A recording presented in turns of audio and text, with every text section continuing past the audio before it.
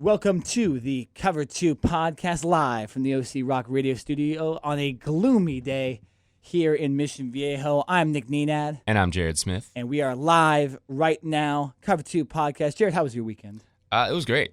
It was a lot of sports action. Of course. A lot of NBA and NHL playoffs.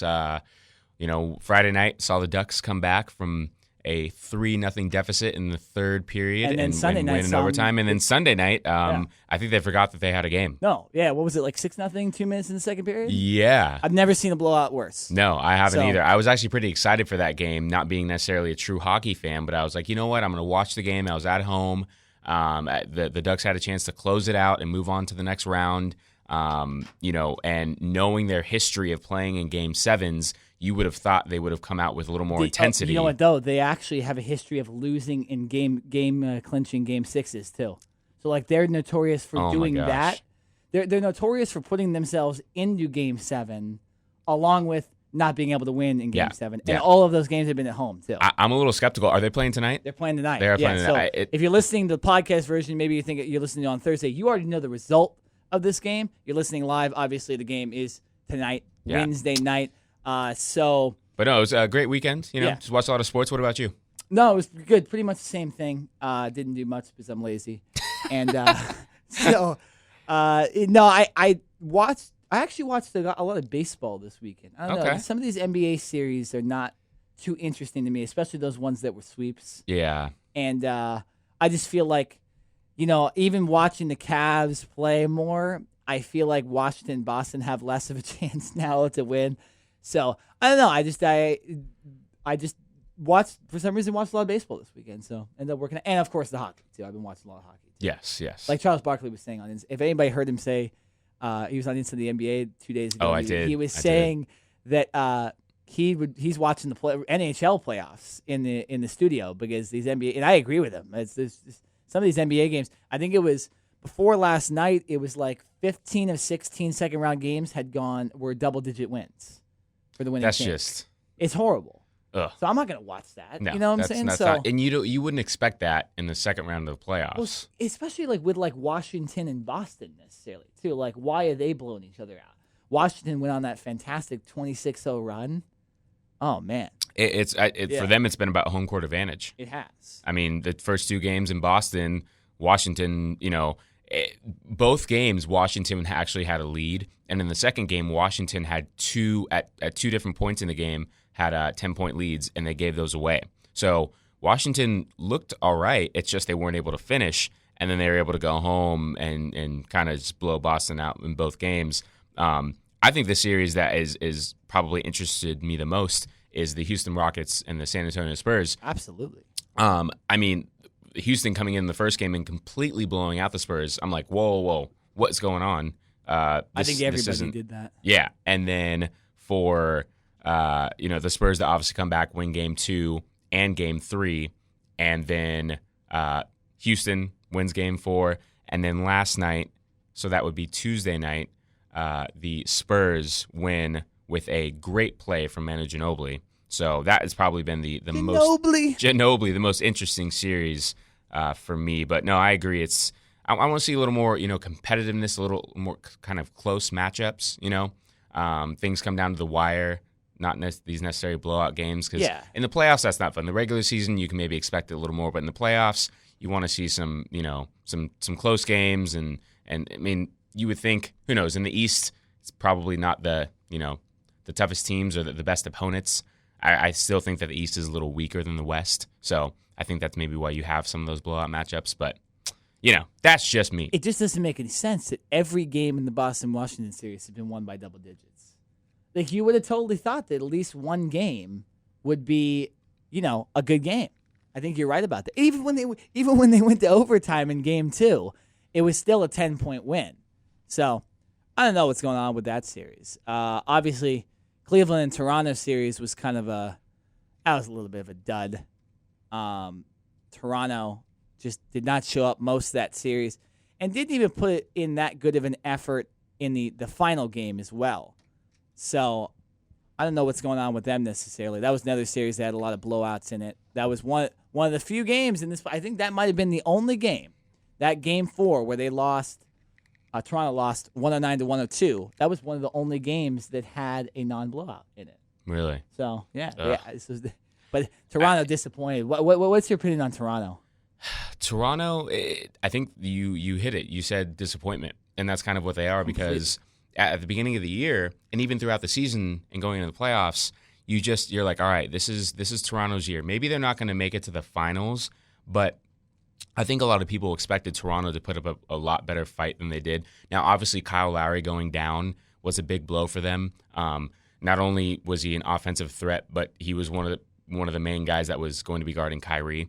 And with him going down, it really just left the weight on DeMar DeRozan and Serge Ibaka, really. So, and those two guys alone are not going to be able to stop the entire Cleveland Cavaliers team. So I think that was a big blow. I mean, I think if they would have gone at least 6 games, if you remember last year's playoffs, Toronto, I believe it was in the Eastern Conference Finals. They actually competed. Yeah, they competed, and it went 6 games. Yeah. And it was actually they were actually really, really good and games. They had a better team this year, so it didn't make any sense. Yeah. So, I mean, like I said, injuries played a huge part in it.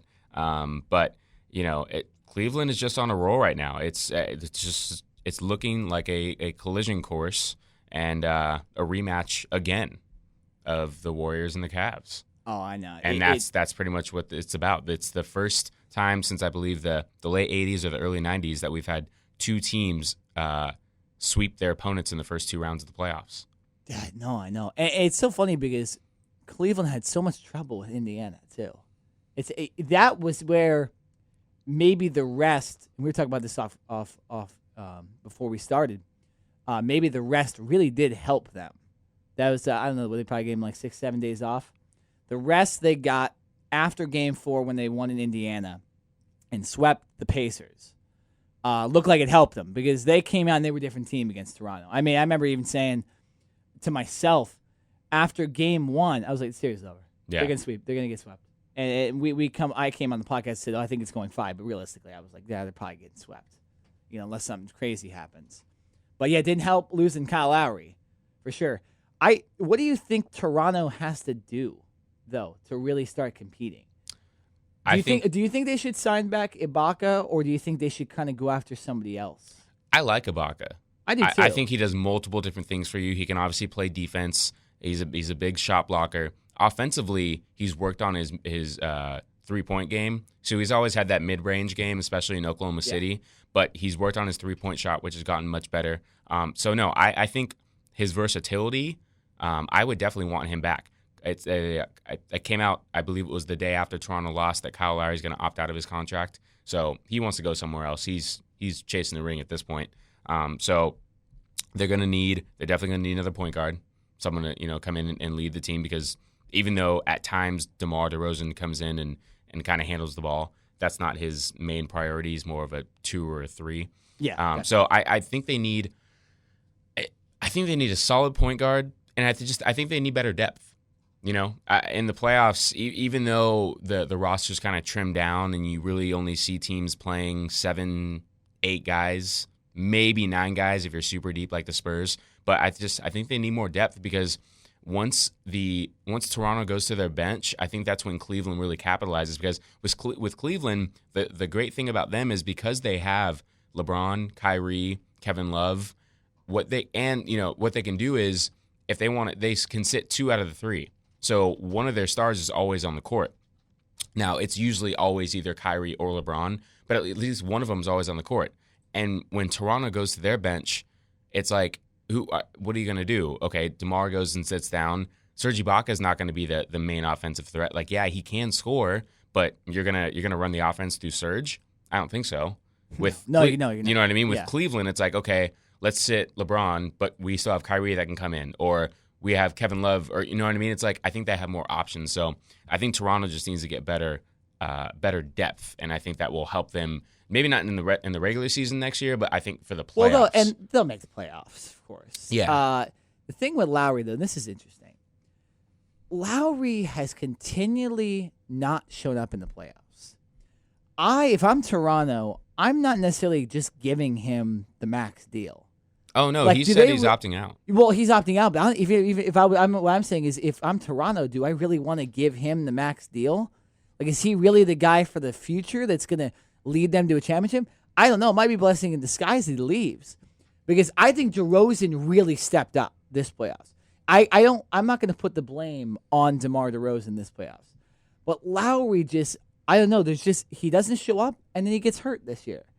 So I don't know. Maybe him leaving is a blessing in disguise.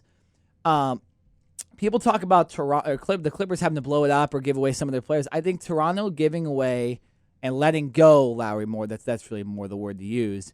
I think that might help them out, because then they could find another guy. Maybe Corey Joseph ends up being a really good player for them, ends up being a pretty good point guard. You never know. We've talked about Chris Paul potentially leaving. Maybe Chris Paul goes up and plays with DeRozan. You never know. So I don't know. I just think that they're one step away, but it's one big step away. Yeah. I don't think they're because obviously they got Ibaka and PJ Tucker in trades, and that didn't work at all because they got swept. And it still is surprising to me that they got swept, but I do think they need they need another superstar on that team in order to compete. Yeah, and if I'm not mistaken, I'm pretty sure Ibaka's a free agent as well. Yeah, no, he is. When they traded for him, it's almost like they have to decide between Ibaka and Lowry. To me, I'd rather have Ibaka. Yeah, he seems like obviously great rebounder, great defender, and he's getting better shooting the ball, like you mentioned. So I think he's more of a future player than Lowry is. Plus, Lowry is a little older, anyways, right? Lowry, he's been in the league for 10 years. Yeah, so.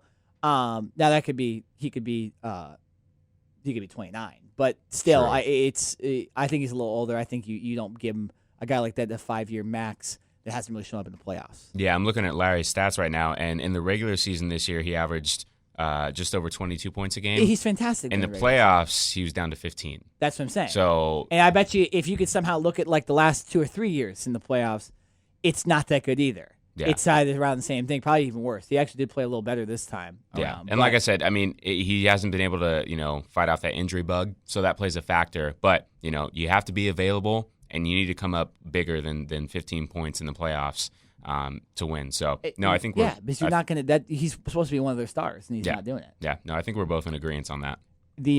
Let's just say nobody's fearing the North. I don't think so. No. So let's move back to that Houston-San Antonio series really quick. I saw something after Game 2, I believe, when they lost to the Spurs, that made me believe that San Antonio has a good chance to win this series, even if, Tony Parker is out. So even though Tony Parker's out, I think James Harden's not healthy. I think he's settling for three-pointers because he doesn't want to drive because he's not healthy. And he hasn't been driving as much this series as he did in years past and in series number 1, in round 1. I don't know if you noticed that either, or if maybe you're thinking about it now, but I don't think he's healthy, and I think that's the reason Houston's not showing up in some of these games. I believe was it game 4? I don't even know what he did. In Houston? I think it was. Game. No, wait, no. No, that was sorry. No, yeah, last night was in San Antonio. Yeah, right. Game 4 in Houston. I wasn't able to watch the entire game, but the moment that I did watch, I believe Harden. I'm not sure if he pulled something in his leg or if he hurt his hip. He did something and he tweaked something, in his lower body, and it was something to where he can play through it. But yeah, no, I agree. I don't think he's actually 100%, and I think that you bring up a great point. He probably is settling for more jump shots as opposed to driving because, in my opinion, I think he's one of if not the best slashers and guys that drive to the basket and get and-ones. That's game. What he does. Yeah, that's his game. So for him to, obviously he's a great three-point shooter as well, but when Houston is winning and when they're playing well, Harden is distributing the ball and he's also driving. And when he drives, then it forces guys to have to take a step back, and that's when he shoots more. So if you're Kawhi or whoever's playing him and you know that he doesn't want to drive as much, then you're going to play up on him more. Well, to be honest, you don't even have to put your best defender on him. True. Because if he's not going to drive, I remember when they played the Clippers a couple years ago, he had that problem with never going right, and he always went left, and it hurt him a little bit, and that's when the Clippers were up 3-1, and the Clippers kind of took advantage of that. But so now that's what I'm saying. It's weird to not see him drive, but in that game I'm talking about in Game 2, -13, 3 for 17, 13 points. So, and I think that had to do with injury. I'm going to make the excuse for him. Only 6 free throws, too. What is that? That's not James Harden's game. No. I'm trying to see if I could. Yeah, 2 for 9 from 3. So it's just, I don't know why you'd settle for that necessarily when you just beat the Spurs. And he talked about after game 1, hey, we don't care that we beat them by 40 or whatever. We need to come out and win. We need to act like this didn't happen. Oh, yeah. So that was the weird thing, that he wouldn't come out and necessarily play hard and go to the basket more. He'd just shoot a bunch of threes. I think he's injured. And I think you look at him, he's a little gimpy. And then you said he pulled the muscle in game 4. I think it's the same injury. I think he's just been dealing with that the whole time. Yeah. So that will affect him because that's part of their game, is that he drives and then it opens up those 3-pointers for the Rockets. I do believe they have been kind of overdoing the 3-pointer in this series too. I think it kind of hurt them in a lot of those games they lost, where they are literally living and dying by the 3 because maybe Harden can't do what he's usually doing. Yeah, but I think that's what they do, though. I mean, that's Mike D'Antoni's offense. That's kind of what they've done all season. The thing is, they're a great 3-point shooting team. So, yeah, they might have certain nights where the shot isn't falling, but 80% of the time, almost 90% of the time, they're going to be hitting, close to 40% from 3. And that's pretty dang good. No, it is good, yeah. So, yeah, no, that's who they are. They want to be up-tempo, they want to be fast-paced, and they want to get the Spurs running, because obviously the Spurs want to play a little more slow the pace down, more half-court offense, and Houston wants to get up and down and shoot threes.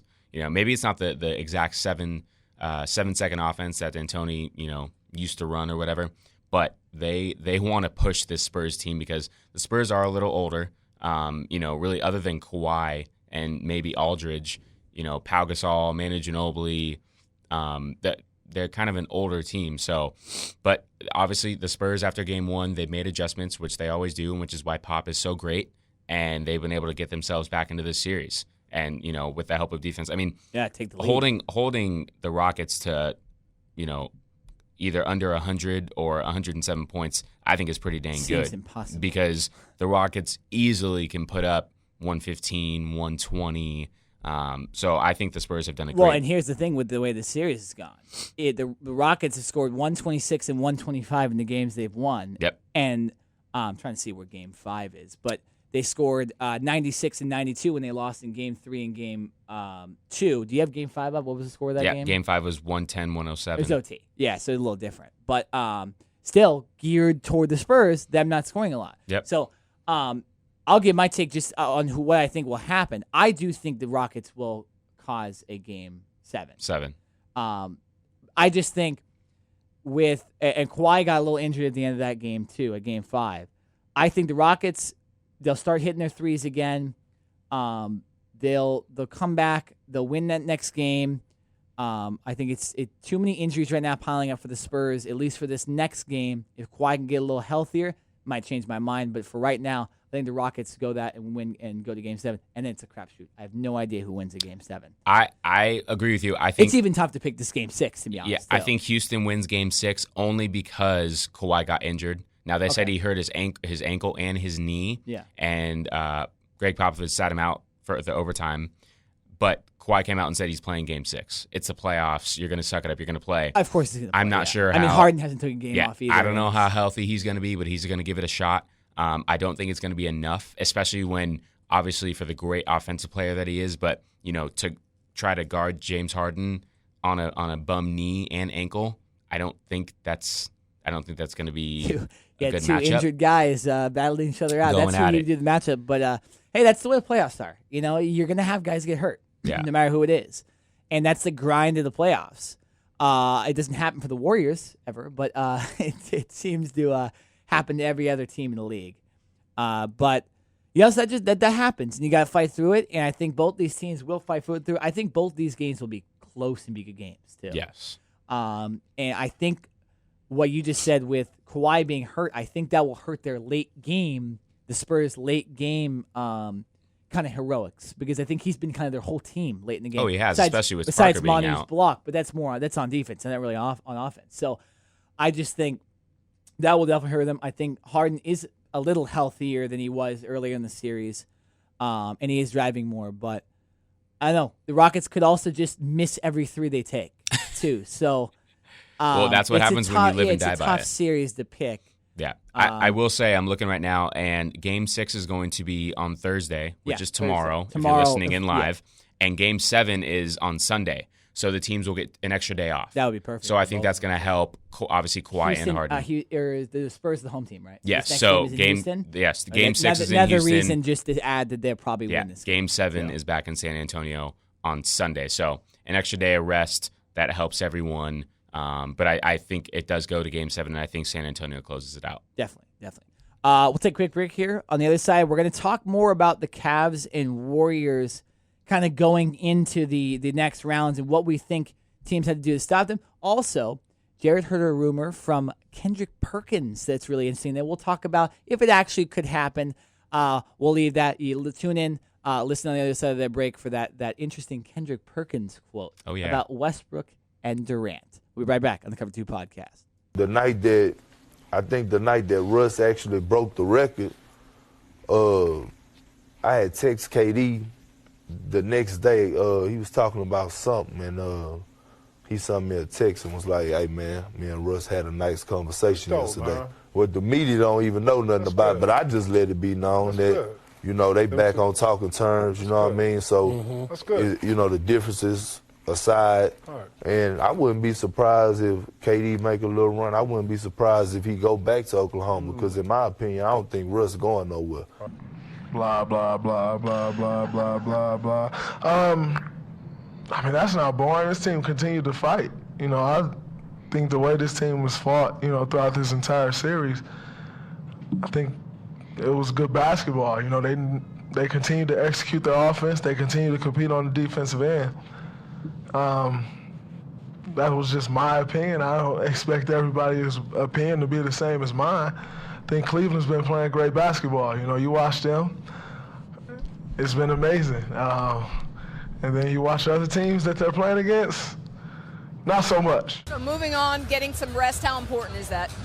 Well, it's important. I mean, we're an older ball club, and we got a couple of nicks and bruises from the first 2 rounds, so we get an opportunity to also get on the practice court, and that helps us out a lot. So I'm looking forward to what we have in store this week and get ready for our next matchup. Welcome back to the Cover 2 podcast, live on OC Rock Radio. Nick and I are going to continue our NBA talk and really kind of dive into the Cavaliers and the Warriors specifically, talk about their dominance so far with these playoffs. And, I think we're both in agreement that we think both of these teams are on a collision course to meet back in the finals for a 3rd straight year. Absolutely. I don't really think there's any other teams that Not can anymore. derail them as long as these 2 teams stay healthy. So, Nick, I'll let you pick who you'd like to start with, the Cavs or the Warriors. Let's talk about the Cavs first. Okay. Yeah, definitely. And kind of talk about their playoff series so far, what you think of them, and why they've been so dominant. Well, I mean, they're dominant because they're finally playing some defense. And that was really the only problem that was going on in that first series against Indiana.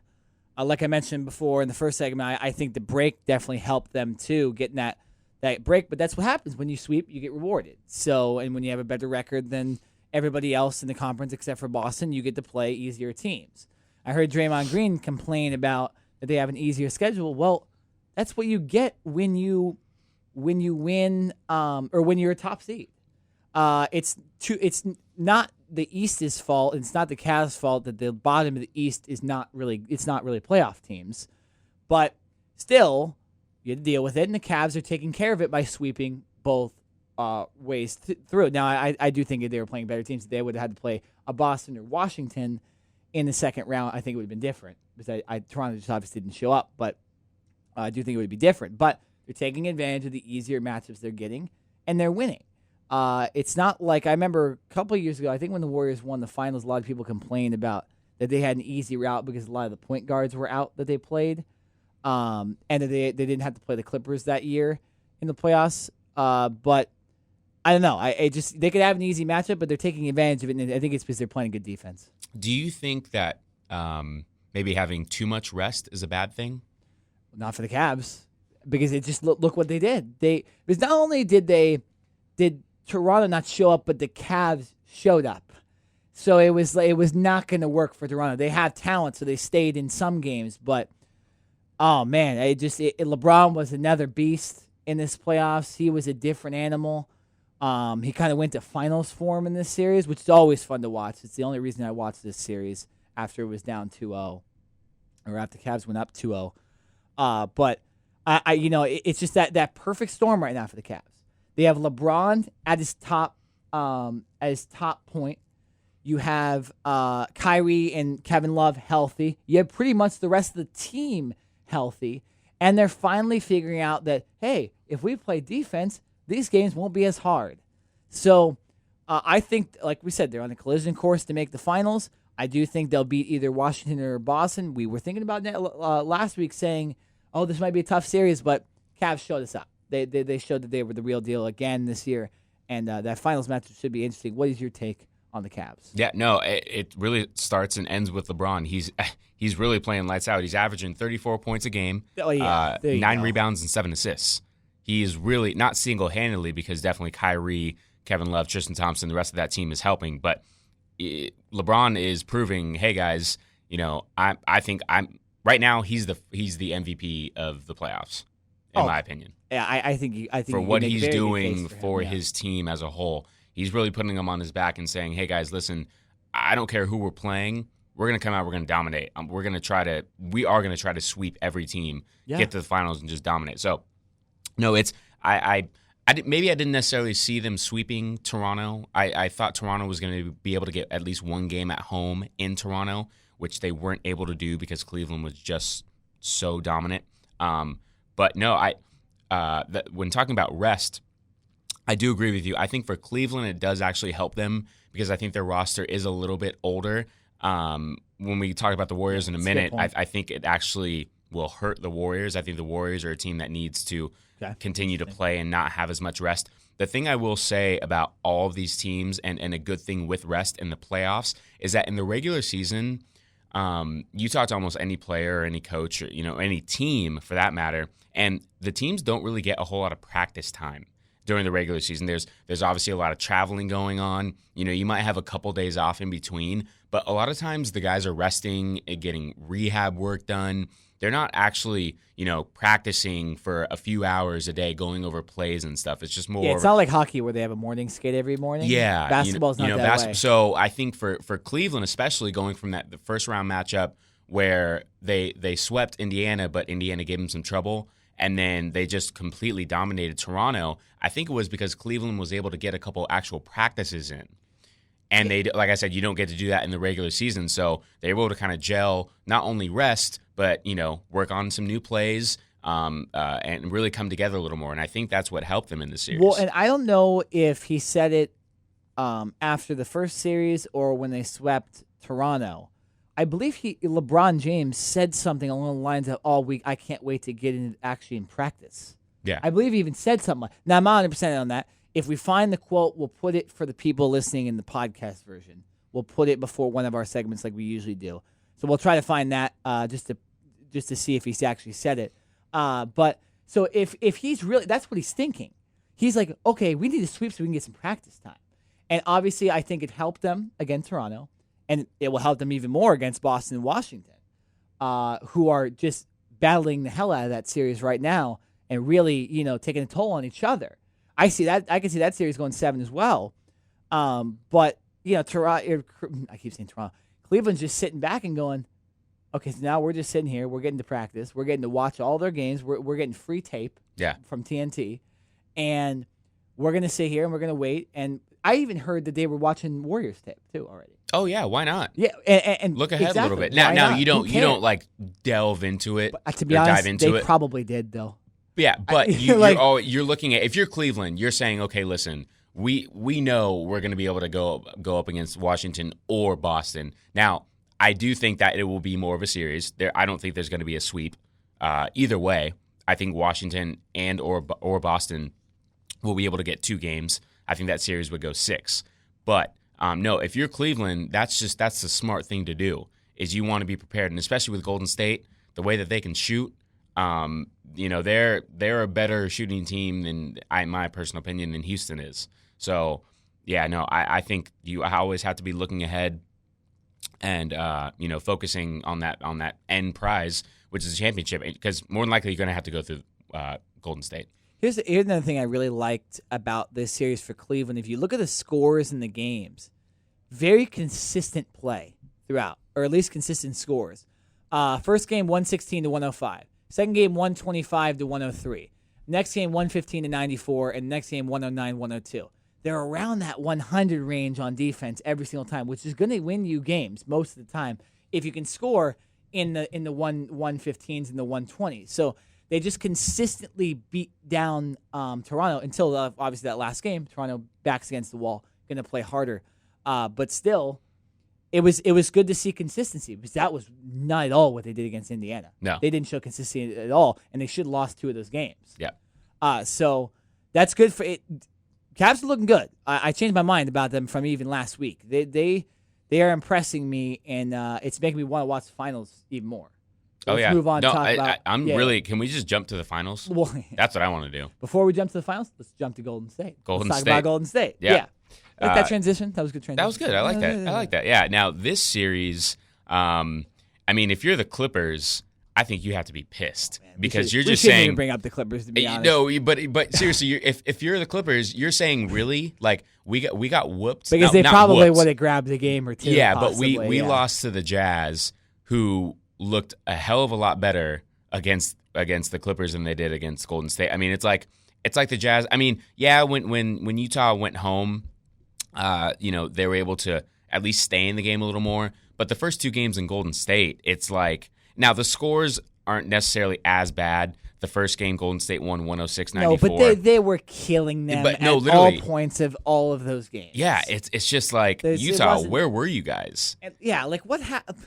Game 4 at home, and what was the Warriors were up like 30-12. They came out and stranglehold, and they're like, we're not even going to give you guys a chance. A lot of teams that didn't show up in big games. The Clippers in Game 7, late in that third quarter when they just started giving it up. Yeah. I don't know. I don't know what's going on with the NBA these days. Some of these teams just don't know how to either prepare for a game or I don't know. Maybe it's just Golden State's really good. Yeah, I mean, for Draymond Green coming out and saying the Cavs haven't had an easy way, I think Golden State's had somewhat an He also said that Kelly Olynyk was a dirty player for flopping when Draymond is arguably the most dirty player in the NBA today. Potentially. So, he just says a lot of stupid things. He has this podcast. There's a lot of times, it's a lot of talking. We know that pretty well. There's a lot of things you can say that you might think twice on. But especially a guy like him who just kind of says what he thinks.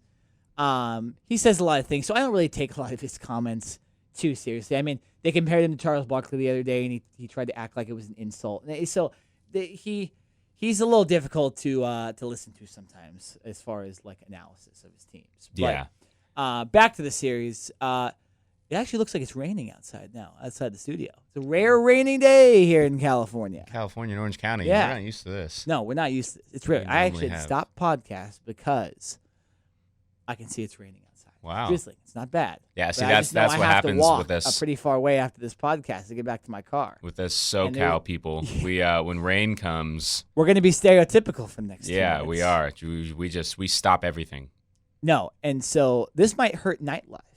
And speaking of nightlife, the Warriors, remember earlier in the series said that they were pissed off that they didn't get to play the Clippers because the nightlife in Utah sucks. Yeah. I think that played a part in them just whooping Utah every game in Utah because they're like, well, now we're actually going to go to sleep at like 9 o'clock at night and we're going to actually get ready for the game and not go drinking in Utah with all the Utes. So I think that might have contributed a little bit. But realistically, Golden State's just way better. They are. They're just way better. I'm excited for this next series because I think Houston or San Antonio will be able to obviously put up a better matchup. Yes. I would like to see Houston because I think it would just be an offensive shootout. Obviously both Golden State. The healthier team. Too. Yes, both Golden State and Houston can just shoot the lights out from pretty much anywhere. And you're right, healthier. Obviously the Spurs will not have Tony Parker. Kawhi, who knows? He's obviously going to try to play, but he might not be 100%. So I think the better matchup would be Houston to move on. But like I said earlier, I see the Spurs closing it out in 7 games. Either way, I think it will be a much, much better series than what we've seen so far. Golden State getting home court advantage. I would see Golden State obviously moving on, but I think both these Western and Eastern Conference Finals matchups would go at least 6 games. I don't see any. That's interesting. Yeah, I don't see any sweeps. I don't necessarily agree with that with the Eastern Conference. No, I just don't think Washington and Boston are at the caliber of a Houston to win 2 games against Cleveland. I think John Wall and Bradley Beal, I think they can give Cleveland a little bit of trouble. What if they don't win the series, though? That's the thing. I actually think Boston's going to win that series in the East. Yeah. That's the problem. I do think the harder matchup is with John Wall and Bradley Beal, but of course, it just seems like we never get those really good matchups with these good teams, and they're probably not going to even win the series now. So I don't know. Anything can happen, but I just think the Cavs are rolling even more than Golden State is. And this brings me to my next point. We forgot Steve Kerr is not coaching the Warriors right now. No. Do you think that affects them in this next series against a legit team? And nothing against Utah or Portland, but we all knew they weren't going to get to the finals. Okay, we all knew they weren't finals contenders. Houston and San Antonio are finals contenders. And so do you think Mike Brown coaching and Steve Kerr not coaching will affect them in this next series? And maybe that's a reason why this series could be a lot better and maybe even go the way of the Spurs or Rockets in the next round. I really don't think so. And I think that's because of the culture that the Warriors have. Yeah. I think Steve Kerr has done a great job of, with all of his assistant coaches and the players, bringing everyone together and saying, hey, guys, listen, we're here for one goal and one reason only. This is how we're going to do things. So I think, and especially with Mike Brown, it's not like he's a rookie. He's obviously been a head coach before, multiple times before. Well, he coached LeBron back in He coached LeBron. Yeah. He coached Kobe. He knows how to coach superstars. Like now, games. Yeah. So Mike Brown, he's not Steve Kerr, but I think Mike Brown has bought into the philosophy of this is the way that this organization wants me to coach, and I'm going to do it their way. I'm not going to do it my way because obviously my way has gotten me fired multiple times. So I think their philosophy is why they're going to be okay and why I don't think it will be as big of an issue. Obviously, in practice, and I think Steve Kerr still, is potentially around, or I'm sure he keeps up and talks to the players a lot, and still is able to give his 2 cents. And then, during game time, I think it's just business as usual. They go out. Honestly, they don't really run, in my opinion. I don't think Golden State really runs a lot of plays. It's really more, it's pick and roll with Steph Curry. Steph's he's gonna distribute. They like to get up and down and run as well. Well, they're so good on the fast break that it just they don't even need to call. They do. They're almost on the fast break all the time. They improvise so much. So I think if anything, it would be more on the defensive side of the ball. Maybe where you miss Steve Kerr. Now, I'm not saying Steve Kerr is a defensive guru. I honestly think Mike Brown is more of a defensive guy than anything. But no, to answer your question, I don't think it's going to be an issue at all. I think this team has been able to prepare for this because they've known that Steve Kerr's had a back issue. This isn't like this just randomly popped up, 2 or 3 weeks ago and he's all of a sudden out. He missed. Well, it kind of did.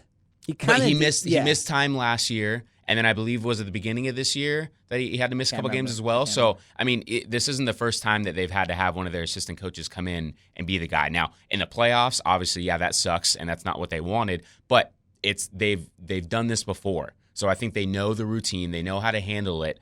And, I don't think it's going to be – it seems like you think it might be a little more of an issue. I only think it will be an issue if they go down in the series.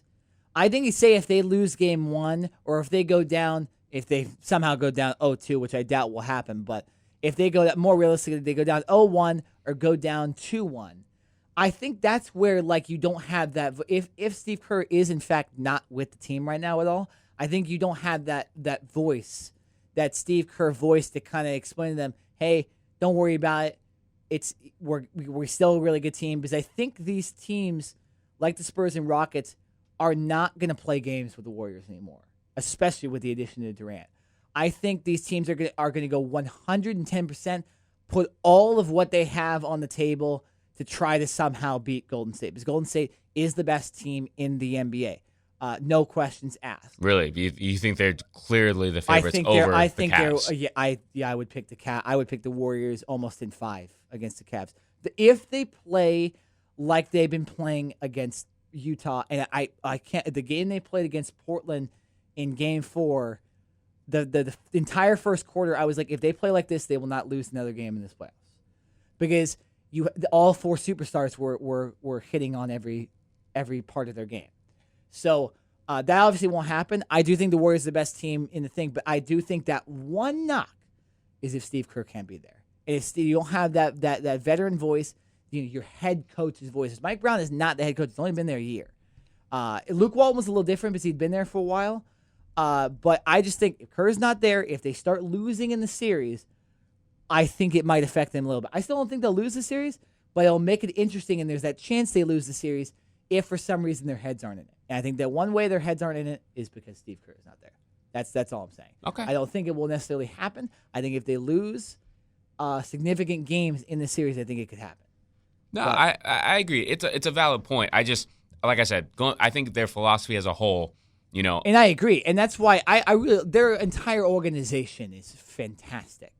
Their assistant coaches are all great guys.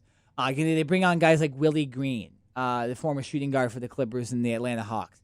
He's just sitting behind the bench, just like Luke Walton was, watching the games. And he's another veteran voice. He's almost like that. He probably could have been like that player coach.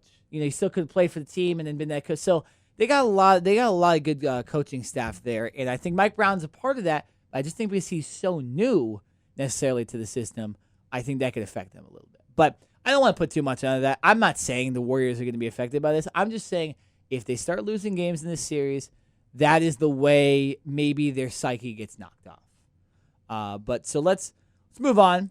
No matter what, that finals will be good. But we'll talk about the finals a little later. Oh, yeah. We still got an entire series. We got an entire playoff round to go. But and some great games in the East and West. But so let's move on. I know you brought this up to me before the show started. Kendrick Perkins was on Area 21. That's the show Kevin Garnett does on Inside the NBA on TNT. And what did Kendrick Perkins say, Jared? What did he allude to on Inside the NBA? Yes, Kendrick Perkins threw a little nugget out there. Former center for the Celtics and the Thunder. Yes. He played with the Thunder with Kevin Durant and Russell Westbrook from 2011 to 2015, if I'm not mistaken. Well, it was a pretty long time. And he played with the big three Celtics. Big three with the Celtics, won a championship with them, yes. So, Perkins was on the Area 21 show, and he said that after Russell Westbrook broke Oscar Robertson's triple-double record, he initiated and kind of sparked a conversation between Kevin Durant and Westbrook. Supposedly Perkins was talking with Durant and said, hey, listen, man, you need to reach out and, find a way to talk to Westbrook, whether you just say congratulations or whether you guys, kind of squash whatever beef you have going on. So apparently Durant and Westbrook did talk and have a good conversation. And after that, Perkins is now it's not like he's sitting here convinced that this is going to happen, but he said that he would not be surprised if Kevin Durant returns to Oklahoma City. Now, I'm not sure if this LeBron is style. Yeah, no, that is exactly what I thought about. Happens, now, I'm not sure if he's talking about this upcoming season or if he's talking about playing another year in Golden State and then leaving. But no, you bring up a great point with LeBron, because what LeBron did, obviously he gets drafted by Cleveland, his hometown. He plays with them for how many years? Gets as close as possible. Gets as close, but he never wins. He goes to Miami, and it's kind of like his college years that everyone's saying, right? He leaves for 4 years, goes to Miami, wins a couple championships. He makes it. He goes to the finals all 4 years, wins 2 out of the 4. He's in Miami partying, having a good time. Obviously, better nightlife than in Cleveland. And then he returns to Cleveland. Yeah, he returns to Cleveland as the hero and eventually wins a championship for them. So obviously, it's a little different situation because Kevin Durant didn't grow up in Oklahoma City, and he's not, maybe as attached as LeBron is to Cleveland. But I think it's somewhat similar because of the way that KD left and the kind of respect and the passion that the fans had for him. And obviously Russell Westbrook coming out and saying, hey, listen, I want to stay here. It's not really about the money. It's just I'm not a guy that's going to go chase rings. So I think we can all agree that Russell Westbrook, unless he just gets an offer that's blown out of the water by another team. But that's not going to happen because the home team offers you more money anyway. Exactly, yeah. So I think Westbrook stays. And honestly, if the Warriors win a championship this year, I'm going to put out 2 scenarios. Kevin Durant, I'm not saying it's going to happen, but I could see Kevin Durant leaving and going back to Oklahoma. I don't think that scenario is going to happen because I think it's too soon. But in the next 2 to 3 years, I can see Durant leaving and going back. I think he would maybe want to stay with Golden State for 2 to 3 years, try to win 1, 2, or 2 championships, and then maybe go back to Oklahoma City and say, all right, guys, I did it. I want to come back and win one at home now. See, I love this because there was a way you could only villainize Kevin Durant for all this stuff. Oh yeah, and somehow we found him a way to be the good guy again. If he went back, I would love that. If he went back to Oklahoma City, it'd be fantastic. No matter what, no matter if he did it. LeBron went back to Cleveland. Well, you know what? Because as long as he wins a championship for the Thunder, true. But I just think that city kind of gave their all for that team, and it was kind of a little bit of a douche move for him to leave. Yeah.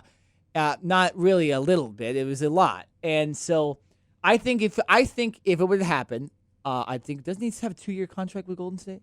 I know it's like one. It's a 2-year, but it's technically a 1-year. Yeah, deal. exactly. I think it could be. I think it depends on how many championships he wins. Because LeBron didn't win a championship in his first year and then won 2 straight. I think I agree with you. It's 2 or 3 years. I don't think it's after this year. I don't think that happens.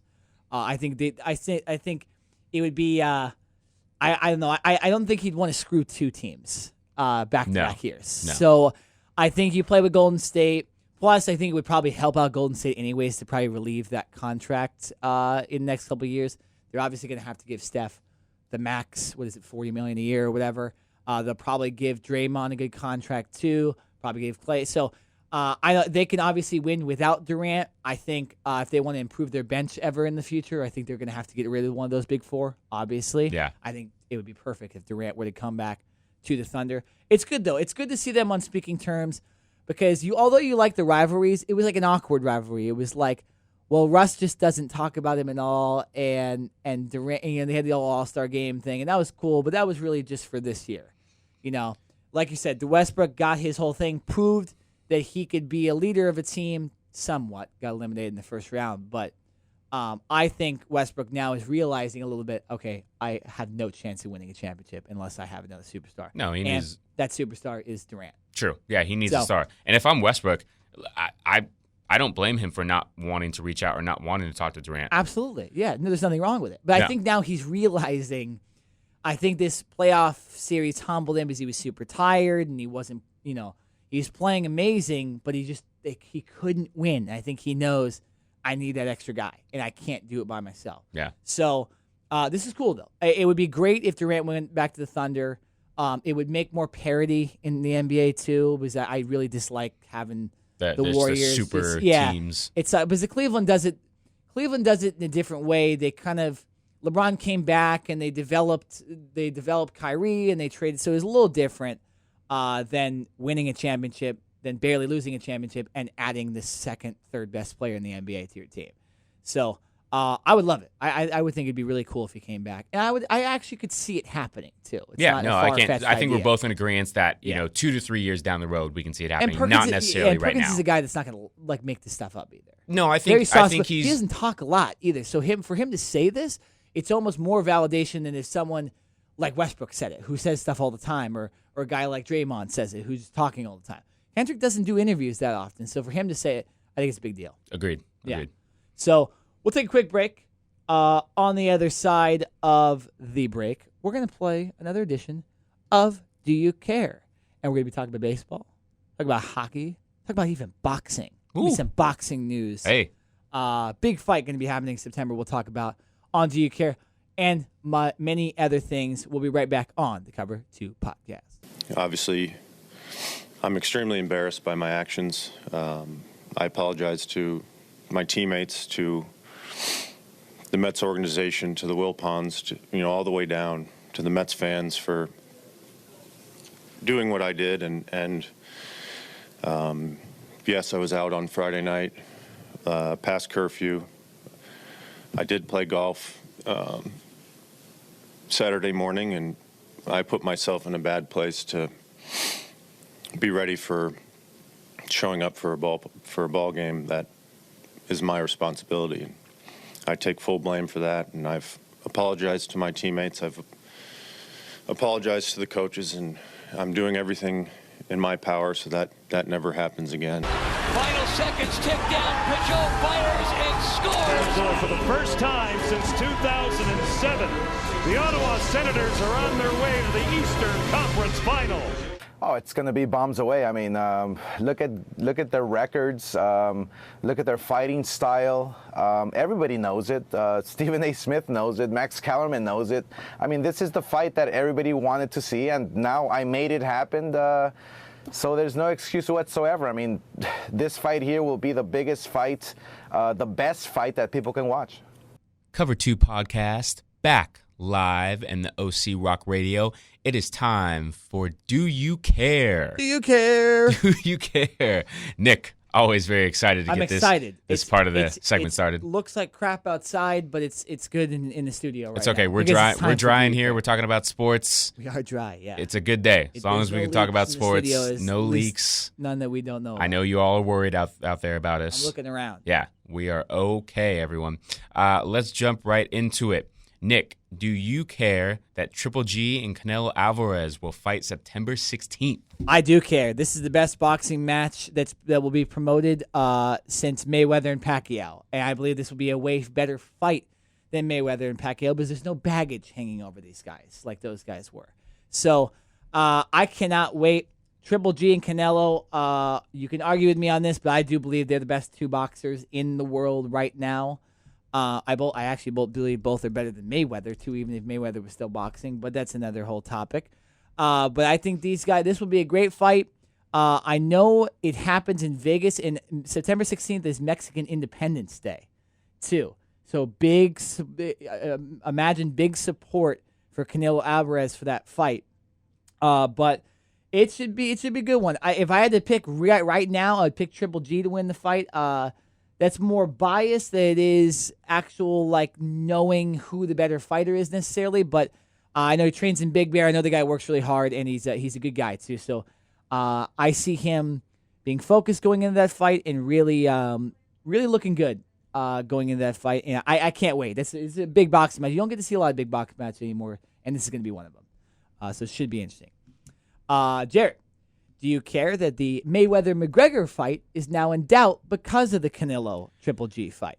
I do care. I'm not a huge boxing fan, but after hearing so much talk about this, I want to see this fight happen. I want to see McGregor obviously has his boxing license, and he said he's ready to roll.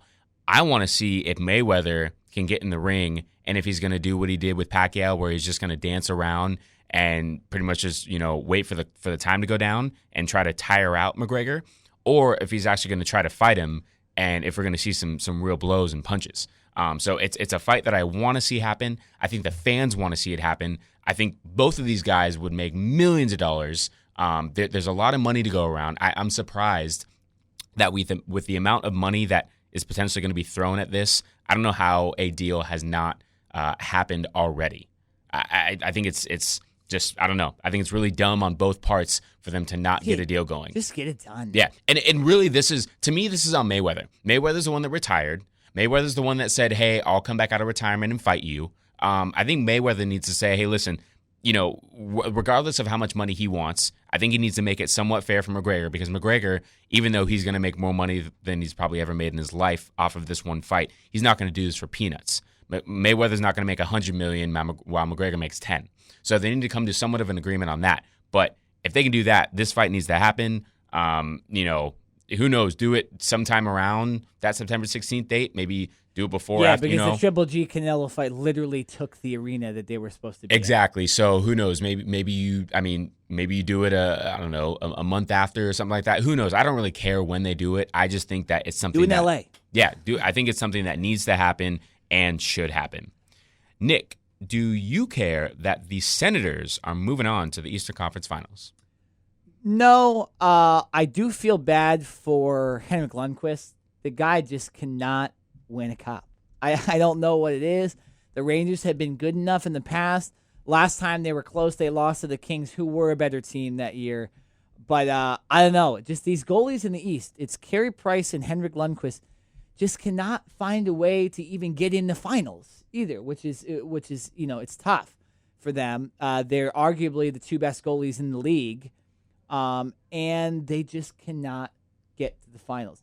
On the Senators side, they look like a very well-oiled team right now. Coming into the playoffs, I wasn't so high on them because they had a lot of players that hadn't proved to me that they were kind of legit playoff players, and now a lot of them have come out. Guys like Kyle Turris have played really well. Guys like Bobby Ryan have played well. Although Erik Karlsson's been hurt, their top defenseman, he's still played very well in these playoffs, even being injured. He's had to tone down his game a little bit, but I think they're on a good path, and they could sneak up on a team like the Penguins or Capitals in these playoffs. I wouldn't pick them to necessarily go on, but the Senators are a better team than people think, and Craig Anderson's playing good goalie as well. So I'm anticipating that next series. I don't necessarily care that they moved on, but I do feel bad for Henrik Lundqvist because he can't get that cup, and it's tough to see those guys that deserve one and they can't get one. Jared, speaking on similar terms, do you care that tonight, Wednesday, there's already one Game 7, but the second Game 7 is going on too? Penguins Capitals Game 7. Do you care? I care about this game, and it's not necessarily for the game itself. It's actually more about Crosby, and we were talking about this off air a little bit, how I think we're both in agreement that when Crosby went out, what game was it? Was it Game 2, Game 3 with a concussion? I remember. I forget which game. Yeah, I can't remember. In this series, early on in this series, Crosby went out with a concussion, and he did not play in that following game. He only missed one game. He came back. I believe he came back for Game 5. I don't get the feeling that he's completely healthy. I think that he still has some symptoms of a concussion. And with every major league now having their concussion protocols and everything, I think because it's the playoffs, I think he was able to get back on the ice sooner than he would have if this were a regular season game. Now, I'm not defending him at all. I think it's actually wrong. Just because it's a playoff game, that doesn't mean that you give some players some type of leeway when they have a certain injury. And especially when you're talking about concussions and what it can do to your brain and all that stuff. We've seen former athletes and players coming out and saying how they're all messed up and not the same anymore because of that. So, like I said, I do care, but it's more about that situation necessarily than this game. Speaking on this game, I think it's been a great series so far. The Penguins came out and through the first 4 games had a 3-1 lead, and then the Capitals have just come out and kind of dominated these last 2 games. Game 5, the Capitals won 4-2, and then this last Game 6, I don't know where the Penguins were. Capitals went 5-0. Yeah, I know. Yeah, so I think this Game 7 is going to be it's actually in Washington. So Ovechkin's going to be at home. I think the Capitals actually take it. I think they come back from down 3-1, and I think they win Game 7 at home. I'll tell you this. I agree with that, and I want to get your take on the Ducks and Oilers real quick too. But I don't think Crosby's right. I think that's gonna hurt them. Yeah. And because when he was right, they were gonna blast them out of the playoffs. And like we were talking about with the NBA, injuries happen. Crosby's injured. He may not want to tell anybody, but he has a concussion. Everybody knows it, and that's going to be. I would pick the Capitals too. Who do you have in the Oilers Ducks Game 7 tonight? I don't know. I'm not. This is not backing off of any evidence. Such a hard game to pick. It is. I'm going to pick the Ducks just because I'm like, okay, they've got to do it sometime. 5 straight Game 7s at home. 5 straight Game 7 losses. They got to win one, right? So one difference is Randy Carlyle is the coach this time. Yes, and it's not Bruce Boudreau. Yes, I'm gonna give the edge a slight edge. I'm gonna go 3-2. I don't think the Ducks are gonna come out and give up 5 goals in the first. I hope not. I hope they actually wake up and decide to play. I don't know. I don't really have any confidence at all in this pick. I'm picking the Ducks because I really want to see them advance, and I think it's time for them to advance. Not only it would be good for hockey, but it would be good for Southern California to see this Ducks team finally advance.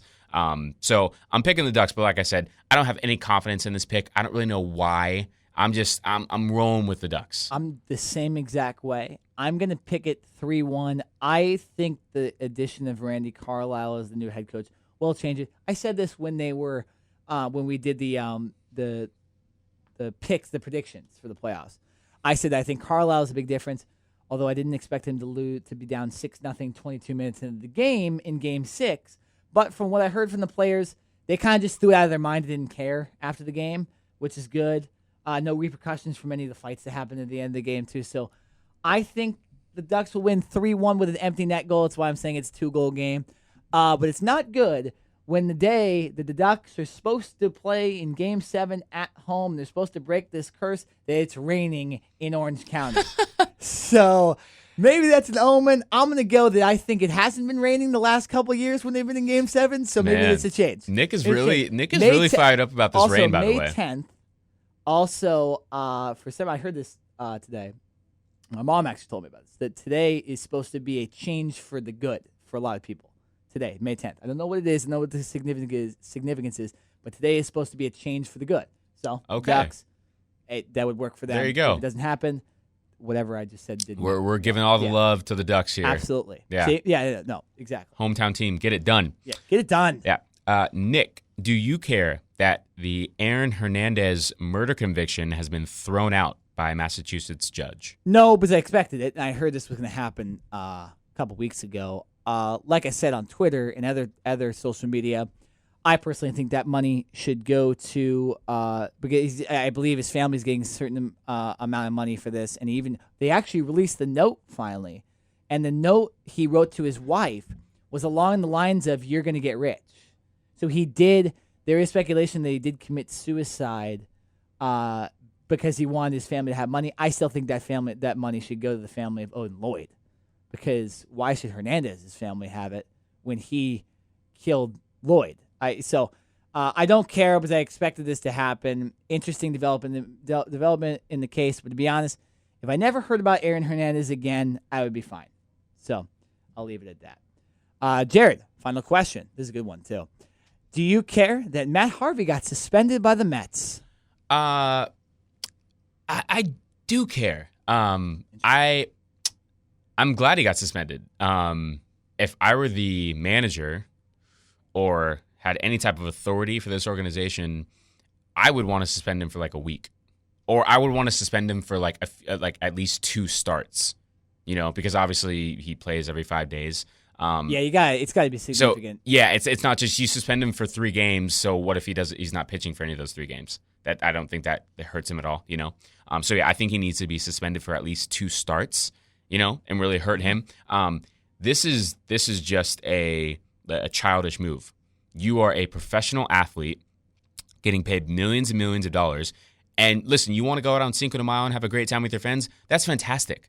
But you have to be smart enough to know whether, even though he wasn't pitching the next day, so the rest of your teammates, just because they're not playing or whatever, they don't need to show up and they don't need to be in the dugout and cheering you on. What if the game went into 18 innings, like the Cubs and Yankees games did last week, where pretty much every player had to be used? Now obviously that's rare, but you need to be there for your team, regardless. Period. End of story. I don't care if you're out. He was supposedly out till 4 a.m. or whatever it was. Doesn't matter. He didn't come to the ballpark because he had migraines. Are you kidding? Migraines? He's getting paid $5.1 million. I heard it was a miscommunication, but why not just show up just in case? That's what I'm saying. Bro, you're not going to care if you show up. It's like, there's a game. You didn't have an off day. You knew you were playing. It's like, this just doesn't make any sense to me. So, the fact that they suspended him for 3 days, I don't think that's enough. I think he needs to be suspended for 2 starts. And I think that would really hurt his wallet a little bit, or it's obviously going to hurt his stats. Trying to get that new contract too. Yeah. So hey, listen, this is going on his record. So when they want to come up and he wants to talk about his new contract, I'm going to say, hey, listen, you're going to go out and party and not show up, just because you're not pitching one day. So I think this is a big no by Matt Harvey. I didn't hear his apology, but I heard it was. I didn't even know he did an apology. Yes, supposedly he came out with an apology, and I guess it wasn't. I don't know. It wasn't the greatest apology. He was, he had his head down. He's got a weird vibe to him. Yeah, he's kind of an interesting cat. Yeah, I think, I don't know, I guess all the fame and being like Mr. Matt and being Batman and having the fans literally show up for his games might have got to his head a little bit. I think so. So, Matt Harvey, get your stuff together, man. Come on. Even if you want to go out and have a good time and celebrate, that's great and everything. But show up for your teammates, regardless. You're a professional. Act like a professional. Harvey, if I can go out till 3 a.m. and wake up at 6, you can too. I think you can, buddy. You can too. Let's go. Well, that's a perfect segue because we're going to be talking baseball all the next segment and for the rest of the show. First month in the books for the MLB season. We're going to be talking all about what's going on and the biggest storylines and everything when we come back on the Cover 2 podcast. Albert drives one out to deep left field. 596, 1-0 Halos. Now just 4 home runs away from that magical number 600 mark for the machine. The Yankees completed the sweep of the Cubs, but it did not come easy. The game on Sunday lasted a whopping 18 innings in 6 hours. This is the first interleague game to go that many innings. It also broke a major league record for combined strikeouts in a game with 48 total. Bellinger turns on one, way back to right field. The kid goes deep again. Cover 2 podcast live here in the OC Rock Radio Studio on a rainy day here in California. And this next segment is going to be all about baseball. It's going to be a fun one. We're going to pretty much we're going to talk about this first month of this season. It's been a very interesting beginning of the season. A lot of teams up in the leads in their divisions that you wouldn't expect, and a lot of players, and this is a big one, a lot of players that are coming out of nowhere this year and playing really well. So it's going to be interesting, an interesting conversation for the next 20 minutes or so. But I want to start with, we'll kind of give our biggest surprises of the season so far. I think mine, obviously, is the fact that we have all these random hitters that are just mashing the ball. And we talked about it last week a little bit. Guys like Eric Thames, who came from South Korean baseball after having pretty much a non-existent MLB career earlier in his career. And this guy comes over, and he has 12 or 13 home runs already. Almost, he was leading the league in home runs for a lot of the year. Then you have Ryan Zimmerman. I'm going to try to bring up his stats really quick because he's been unbelievable. And, yeah, that's the Ryan Zimmerman, the third baseman from the Nationals that thought he was going to be out of base. We thought he was going to be out of baseball for a while. But Zimmerman's still batting around 400, 13 home runs. His slash line is ridiculous. It's amazing to me that he's doing so well. And then the third one, Aaron Judge from the Yankees. He's hit a lot of home runs. His average isn't that good, but he's hit a lot of home runs, and he's been doing well as well. I want to give another shout-out to a guy from the Dodgers, Cody Bellinger, a rookie that came up for the Dodgers. He was their top prospect, and he's hit 5 home runs already in his first 2 weeks as a Dodger. Ooh. He's doing well. He actually is literally creating the discussion in Los Angeles whether he should play over Adrian Gonzalez. Wow. That is because Adrian Gonzalez he's been hurt a lot of the year, and they put him on the DL specifically so that Bellinger could keep playing and get some reps at first base. I think in LA, it's inevitable that this guy ends up making the roster and ends up playing for Gonzalez. I think it happened as soon as this year. What are your thoughts on that? Do you think Bellinger? I don't know if you're that in tune with what Bellinger's done. If you could look up his stats, it'd be good. But do you think there's a chance that Bellinger takes Adrian Gonzalez's job? I mean, I think there is a chance only because Adrian Gonzalez isn't, he's no spring chicken anymore. Well, and he's done a little worse every single year. Yeah. Too. So I think it's a good problem to have because you have 2 quality first basemen that can play. I think if anything, what it does is if you need to give Gonzalez a rest, or maybe you want to give him a couple extra days off during the season, I think that you have Bellinger to come in, right? Or if you're playing against an American League team, you can have one of them be the DH.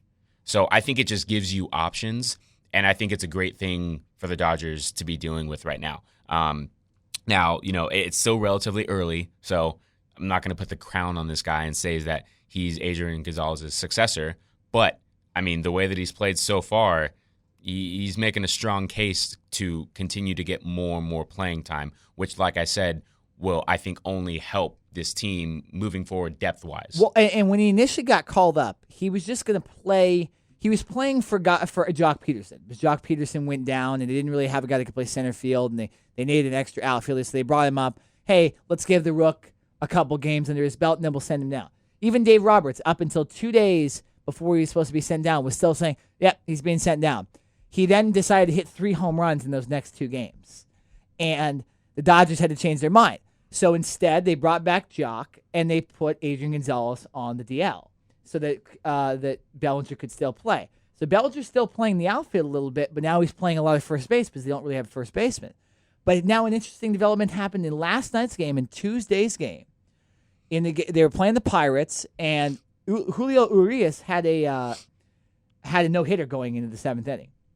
Ball was hit down the left field line. Andrew Toles went for it and came up gimpy and then slammed into the wall. So now Andrew Toles, who's the left fielder and the only left-handed left fielder for the Dodgers right now that's healthy, gets hurt. So look at that. Bellinger now has another spot to play if Toles is significantly injured. So the rookie's getting lucky with these injuries, but he's doing with his bat as well. I think he stays on this roster for the rest of the season, to be honest, because he's getting lucky with injuries, but he's not stopping the hitting. He's getting multiple RBIs. He's hitting grand slams. He's hitting 2 home runs in a game.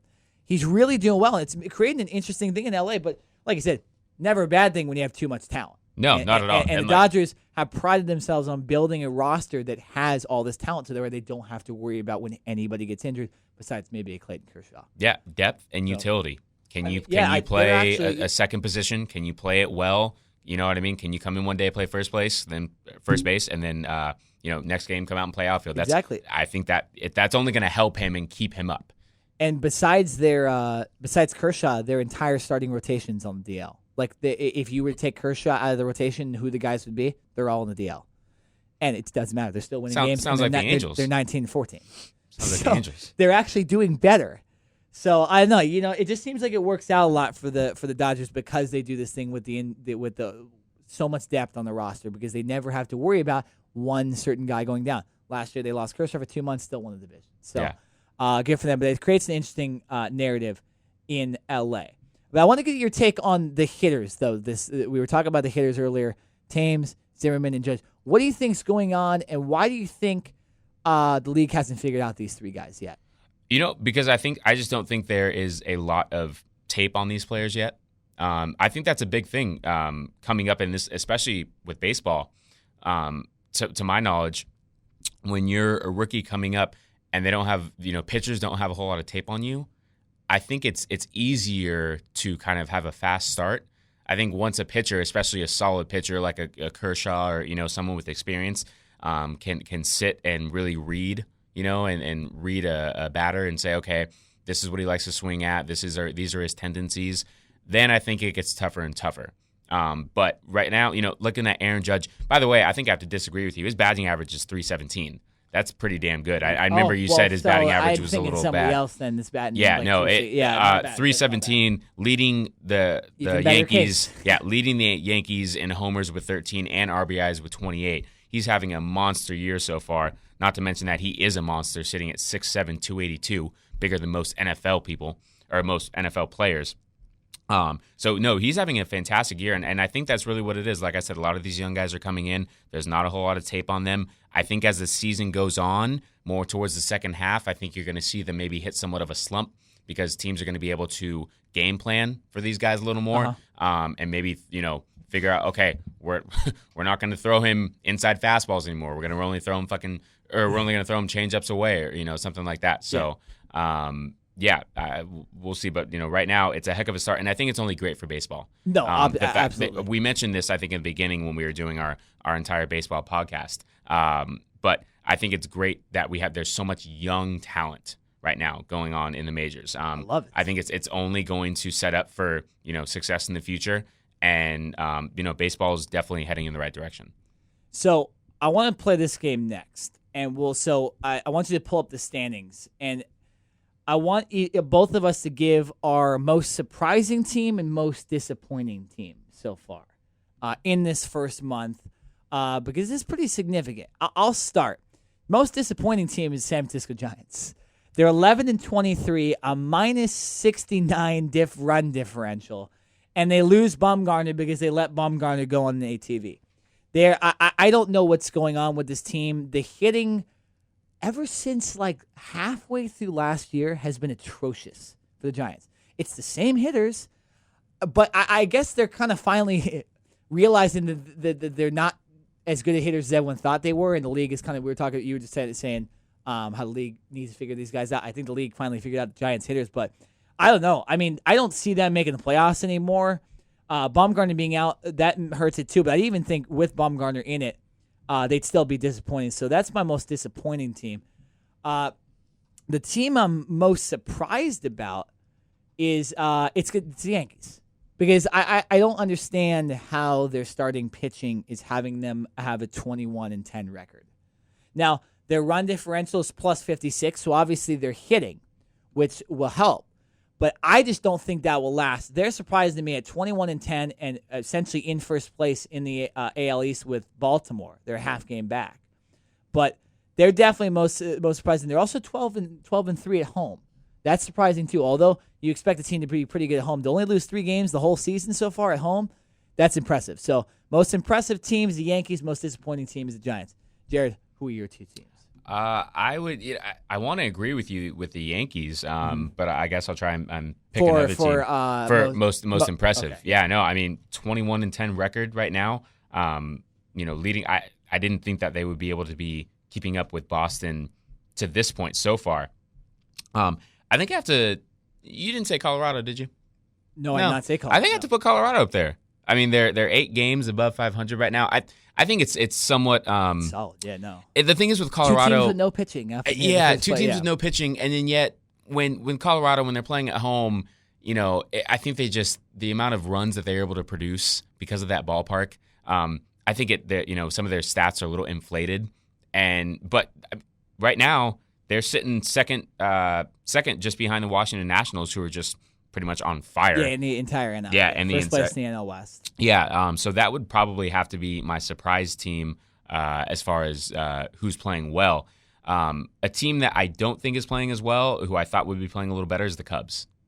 Yeah, that's no. That's now it's not like the Cubs are playing horrible. They're 17-16, so 1 game above 500, and it's still obviously very early, but. The season that they ended with last year and then the amount of talent that they have, I wouldn't have assumed that right now they would be sitting just above 500 and third in their division. So obviously there's a lot of games left. Even Cincinnati is technically ahead of the Cubs right now in the standings. So none of us really had Cincinnati doing anything this year. I'm pretty sure we all thought they were in a rebuild, which they are. So I think the Cubs are somewhat of a sluggish start. In my opinion, but I think as the season goes on, they'll pick it back up and get back to form.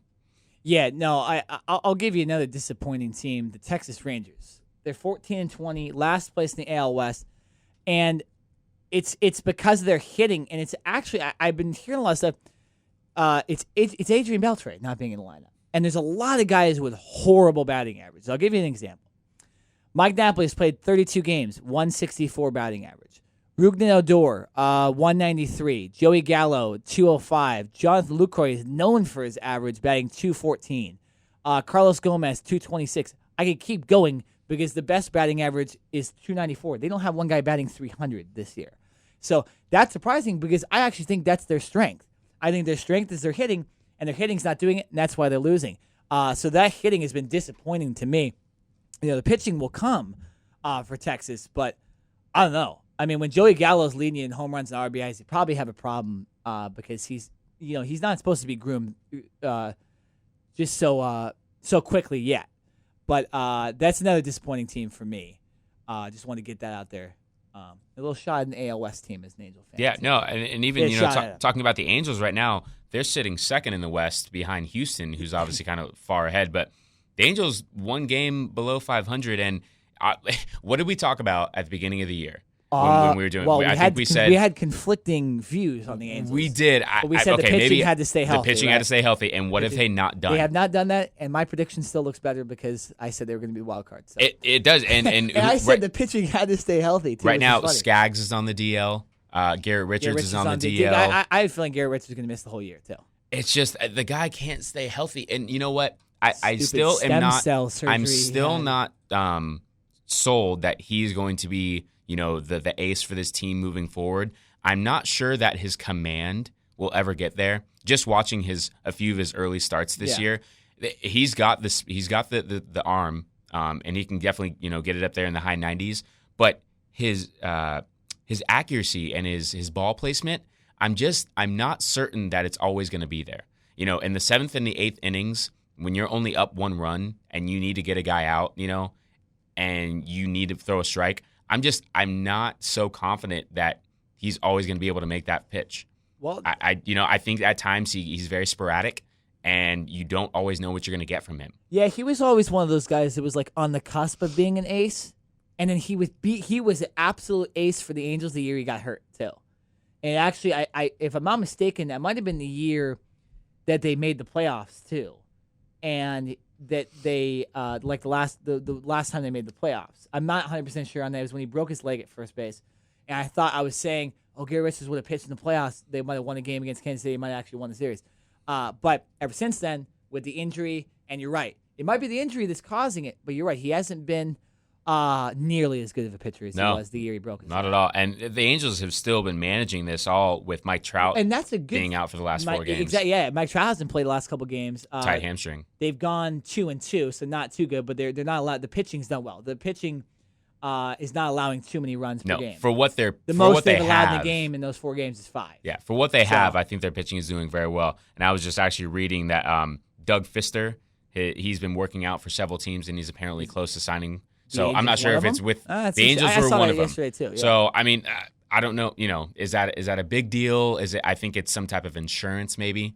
Well, here's the other thing that a lot of people don't know: the Angels' bullpen is absolutely shredded by injury. Yeah. Every single closer at the beginning of the year that they thought could close for them is hurt. Houston Street injured. Cam Madrosian injured. Andrew Bailey injured. There's another guy injured that I can't remember. So literally the top 4 guys in their bullpen are all injured too. It's amazing that they're 500, but it has to look good. If you're an Angels fan, they're 500 with a absolute depleted roster. Yeah. And guys like Cameron Maybin and Ben Revere not playing well too in left field. Simmons. Oh, Anderson Simmons, he just hurt his hand. He's now day to day, and he's so it's like this team. If this team were even 80% healthy, I think they would be contending, right behind Houston, even though they still are in second place. I think they're 7 games behind Houston right now. They are 6 games. 6 games. Houston's probably going to run away with the division. I'm pretty sure. But the Angels, listen, if they can find a way to get healthy and just stay in the race, your wild card prediction might be there for them. Just play the same way they've been playing. Yeah, because they're not.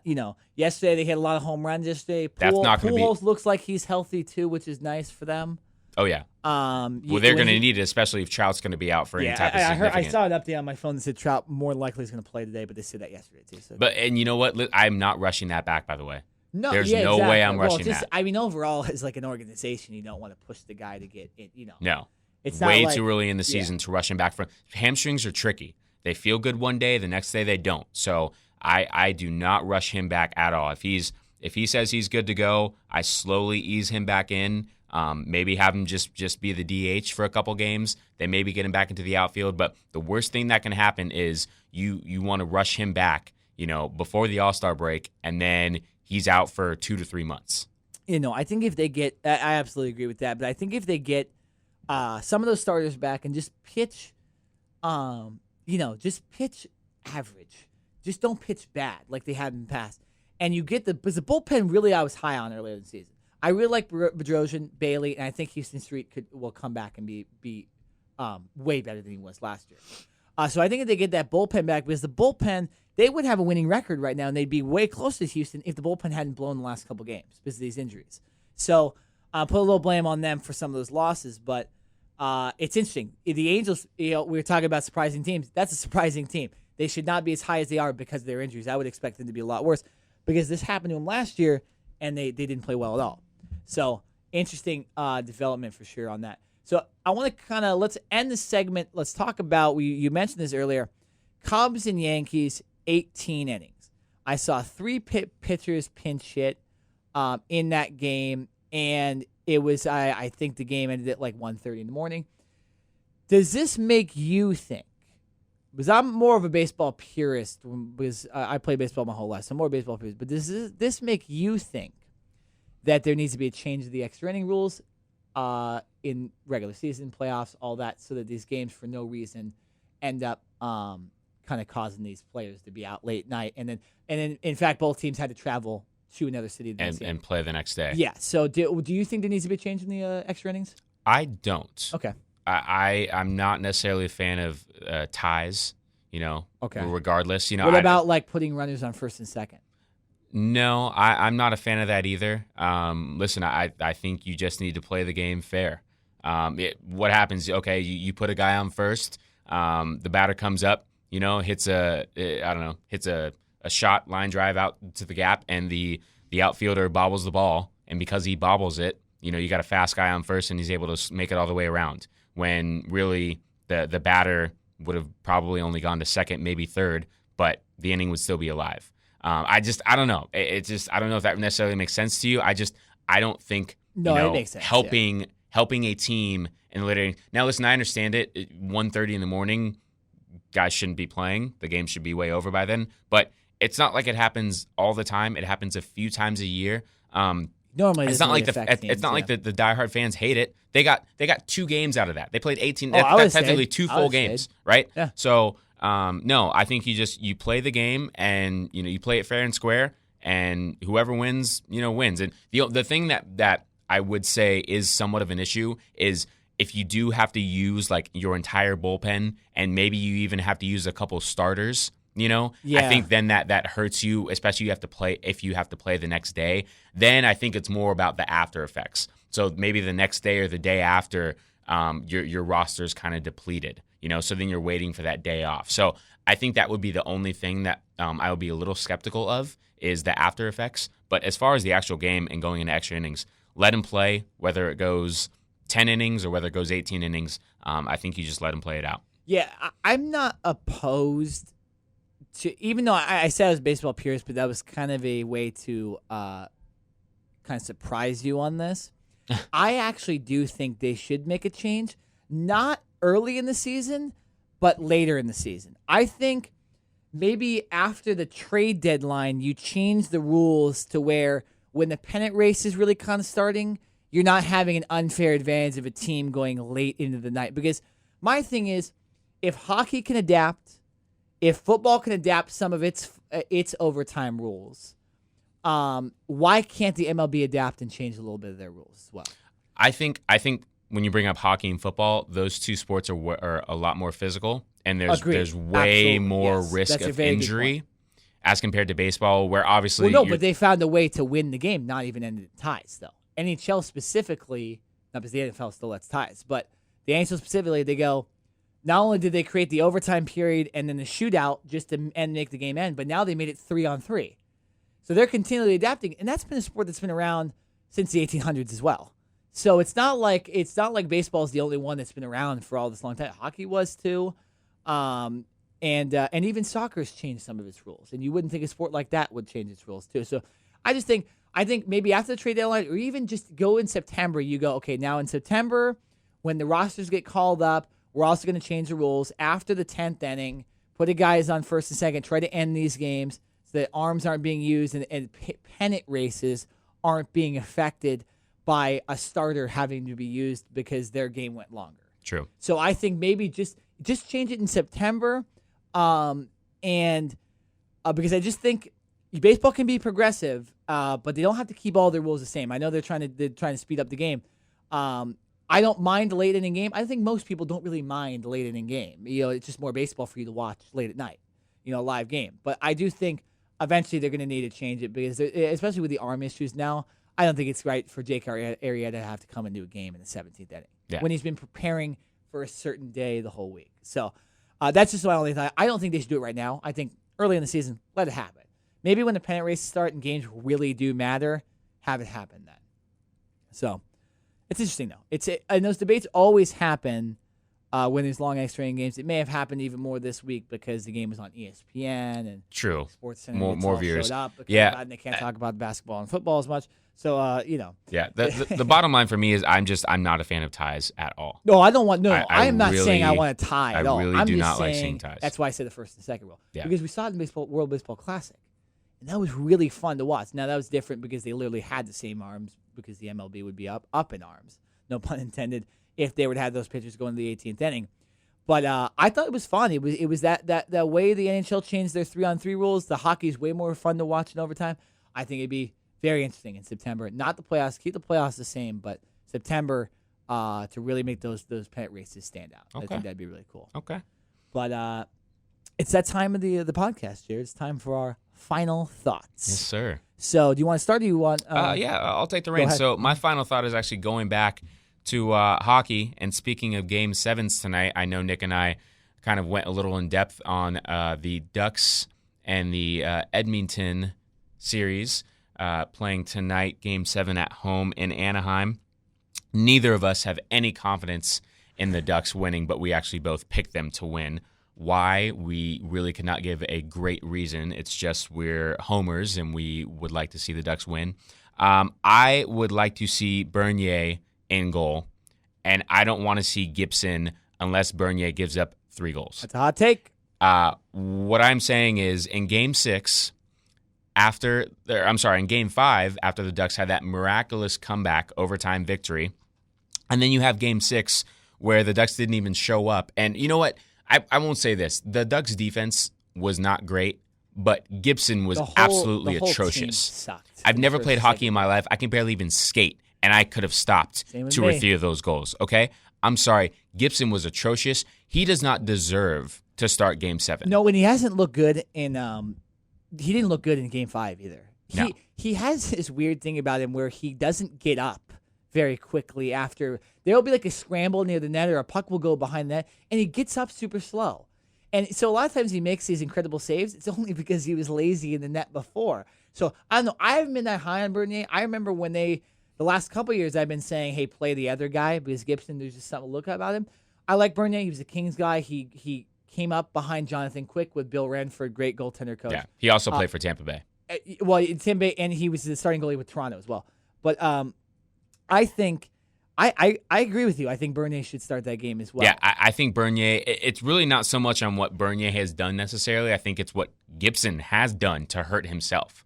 I don't feel that he has earned the right to start in a Game 7, and I think Bernier would bring a little more stability.